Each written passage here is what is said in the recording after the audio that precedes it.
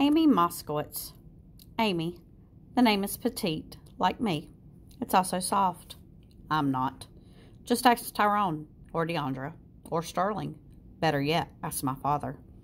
He thinks I'm so tough I don't need anybody, not even him. He didn't always treat me that way.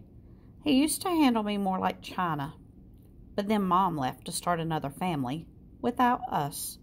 After the divorce, Dad decided we both needed to toughen up, that we needed to learn to stand on our own. I thought he meant together. 2 years ago, I got sick at school and he was called in to take me to the hospital. Apparently, I had appendicitis. I was doubled over with pain, tears streaming down my face, and he wouldn't even put his arm around me. He just walked beside me, stiff as a 2x4, asking, "Are you okay?" every couple of minutes. Jerk. Would it have killed him to touch me? To help me up the hospital stairs? Never mind. I won't bother needing anyone like that again. Too bad my father's not more like Mr. Ward. His daughter goes to this school, and I saw the two of them in the cafeteria the other day. I hear they have lunch together 3 times a week. Anyhow, there they were in the lunch line, him with his arm draped around her shoulder, the two of them blabbing away like old buddies. She was bent over a little from the weight of her backpack, I guess, and when he noticed, he slipped it off and carried it for her. She smiled up at him and gave his waist a squeeze, and I felt my stomach turn. For about a minute, I hated that girl. Sterling says jealousy is a waste of energy, that I should focus on what I have, not what I don't. That's what I get for opening my big mouth and telling him how I feel. But he's so easy to talk to. Sometimes I let things slip before I even realize my mouth is open. Anyway, he's too busy trying to save my Jewish soul to think about betraying my secrets. He knows I'd never forgive him, and then where would he be? He could pretty much forget about preaching love and forgiveness around me after that. Not that all his preaching will get him anywhere, seeing as I'm an atheist. Still, his trying doesn't bother me. He's so upfront about it. He's right about the jealousy, though. I seem to be jealous of everyone and everything, especially the friendships I see all around me. Leslie and Portia, Loopy and Gloria, Tanisha and Deandra. It's enough to make me ill. It's been forever since I had a best friend, let alone a boyfriend.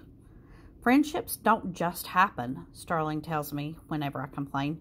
You have to reach out and make them. How? I ask him. Just be yourself. Myself. That's a laugh.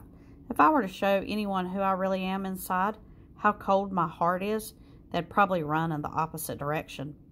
I tell Sterling this, and he says, maybe, maybe not. You won't know unless you try. Sterling's right. I haven't been trying, not since my parents divorced.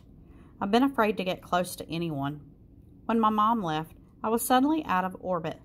It's like she was the sun, and when she took off, the only thing left was a big black hole where she used to be. Now the idea of letting somebody else get that close, I don't know. I'm just not ready.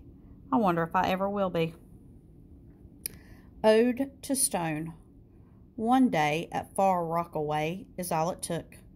One look at rocks and water decided me. I want to be stone. I want to be marble. Dressed up limestone never looked so good. Let me be granite, and I promise I'll show you how to take a shellacking. Yes, I'll risk sunburn, just let me be rock, wedged into the earth or sea, tidal waves crashing over me, while I remain intact. No split at the core, more buffed than bruised. Forget the pillar of salt. I'll look back at the count of 3, and you can turn me into stone. Go on, I'm half rock already. Tyrone. Man, that girl is as cold as the snow on the ground. Somebody must have put a hurting on her. I want to be stone. Can you get next to that? I felt that way a couple times. Once, when the undertaker carried my pops out of here. Another time when my girlfriend left me for my supposed-to-be homie. Both times I remember wishing I couldn't feel the hurt, wishing I could just cut my heart out and be done with it. But I like the way Amy said it. Let me be stone.